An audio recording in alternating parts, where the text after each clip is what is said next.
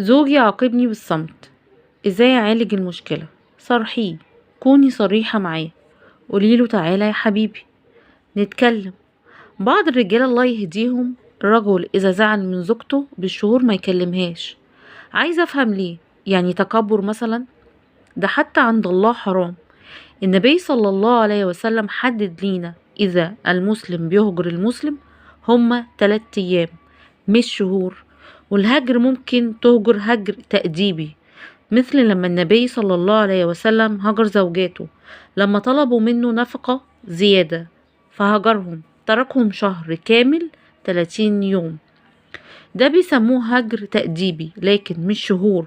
حرام عليك يعني. عايز تعاقب ابنك، عايز تعاقب صديقك، عايز تعاقب زوجتك، انتي عايزة تعاقبي ابنك، انتي نفسك زعلانة من زوجك وعايزة تعاقبيه، ممكن.